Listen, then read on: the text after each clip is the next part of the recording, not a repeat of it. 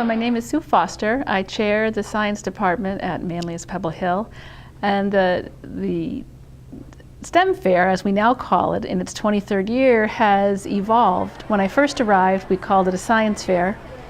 A few years later, we added math to that, and probably 6 years ago decided it ought to be called a STEM fair, in that our thinking has evolved such that students can include both technology and engineering and math in this problem-solving approach to the question that they're asking.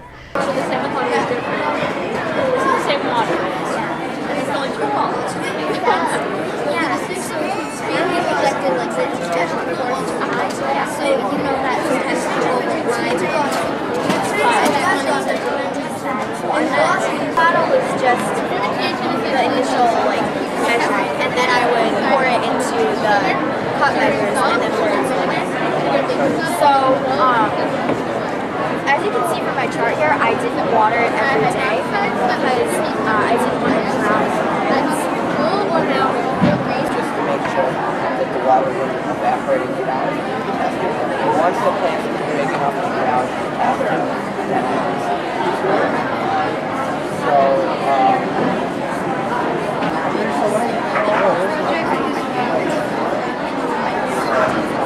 What I did, so the purpose of this is to test whether more drastic change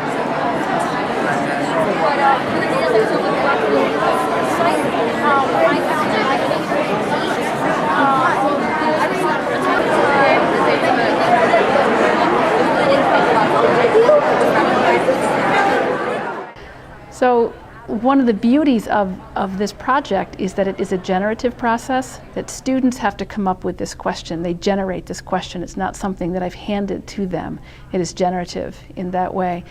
I would also describe it as a capstone experience for kids in their middle school years, that it is uniquely theirs, and it is a process that is unlike most others in that it involves writing and reading and researching and also presentation.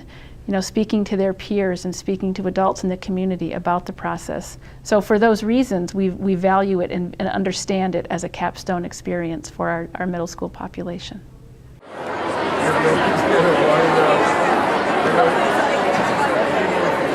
Okay, hi, my name's Eva. My project was Yeast Feast. It was about how the best conditions for yeast to grow in or ferment. I hypothesized that the yeast with the dough with no salt would be able to rise the most, and the one with a teaspoon of salt would rise the least, and the one with half a teaspoon would rise in the middle. In conclusion, my data show that the one with no salt did rise the most, and the one with 1 teaspoon of salt rose the least, or little to none, and then the one in the middle is half a teaspoon of salt. I'm Wendy Scheer. I'm the parent of 2 children that go to MPH, an upper schooler and a middle schooler, and I enjoy that they get to dabble in science and do hands-on work, original work, and it's just a joy to come here and see all the interesting things these children come up with. Both my husband and I teach science, and so we certainly try to engage them in the process. But I think that they're strongly encouraged to come up with their own ideas, and the children can come to us as a resource, but the bulk of the work is done by the children themselves, and it requires that they actually, do some critical thinking and have the skills to put together a poster that is easy to understand and allows them to use it as a visual aid to explain what they did. And the posters turn out quite well, and it's really fun to be able to judge them. So my name is Andrew Mariatos, and my experiment was titled Faraday's Dynamo. And what I did was I tested Michael Faraday's law of induction, which states that when voltage is induced into a coil, with his law, a magnet set in motion produces a magnetic field, and that magnetic field produces an electric field. And when that electric field is set in motion with something such as wire, which has the potential for electricity, voltage then gets induced into the wire, and it causes, in this case, the electric current to light up a small bulb.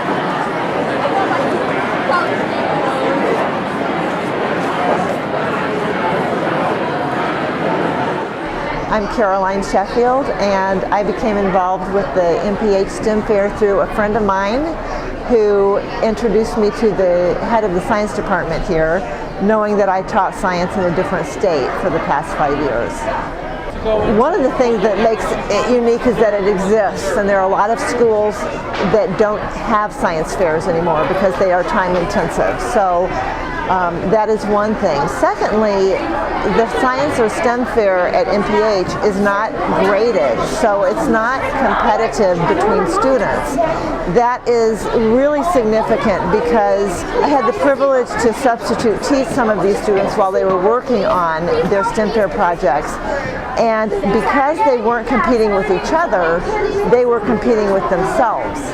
And it created an atmosphere that was more collaborative. And I heard students celebrating other students' work, complimenting other students' work, helping other students think about how their work might be better. And that kind of cooperation does not exist when students are competing against each other.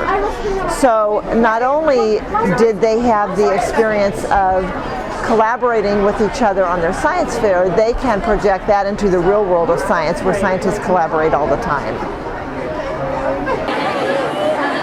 And I tied the material to the string attached to the parachute, and I dropped the parachute.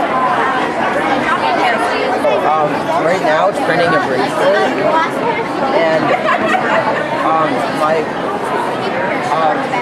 my experiment is I built these little bridges, and I measured how much they droop down, which is the distance that is this extra distance that shouldn't be there, but when it's printing, it prints these two pillars and then lays strands across, and those droop down. So I was testing which setting, speed, and temperature would get the least droop and the best quality bridge. I hypothesized that the lowest temperature and lowest speed would get the highest quality bridge because with a lower temperature it solidifies faster and have less time to droop, and when at a lower speed the fan would have more time to blow on each piece of plastic and solidify it faster.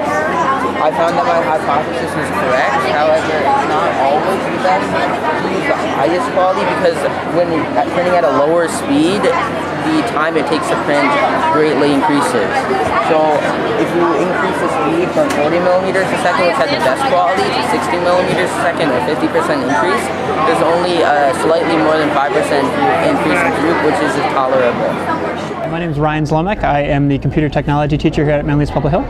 I teach 6th grade technology skills, which means I teach the entire 6th grade, and then I teach computer programming, graphic design, 3D modeling, and a variety of other things in the upper school to 9th through 12th graders. I had taught the 7th grade to 6th graders, and I'm teaching 6th graders now, so I wanted to grab a demographic that I wasn't familiar with, which is the 8th graders. And so I had the privilege of going through and checking out six of their experiments, and they were great. The students have a very clear understanding of scientific principles and scientific method.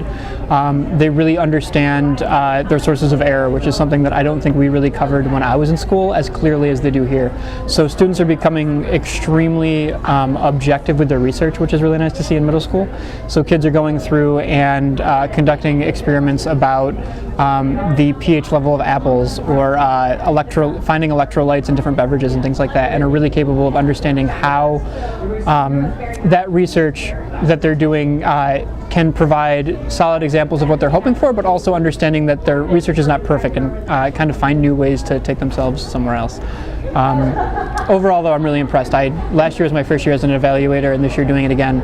I was really excited to kind of come through and just see what they're doing. Once you hear the kids talk about it, you really understand the way in which they've internalized everything that they've learned about.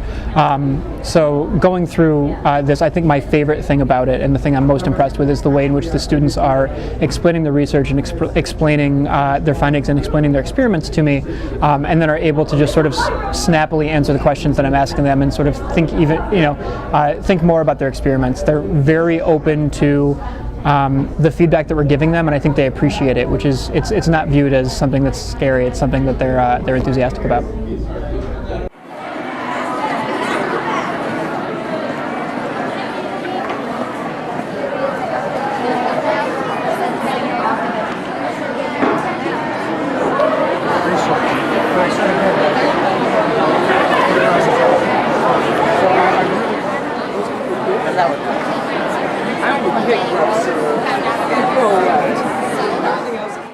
My name is Sheila Cecilia.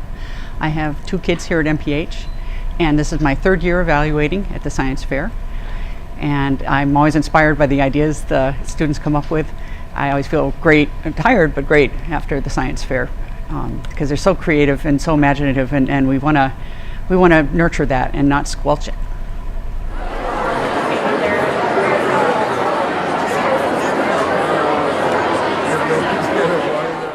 An aspect of it that I don't want to lose, that I think is critical we hang on to, ties to the identity of our institution in that we willingly give students the intellectual space. I think about it, the intellectual opportunity and space and guidance to tinker with an idea, that their question has value.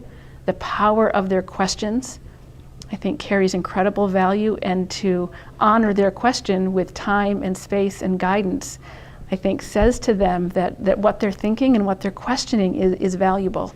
And as an institution, right, that ties into our core value and our mission as an institution.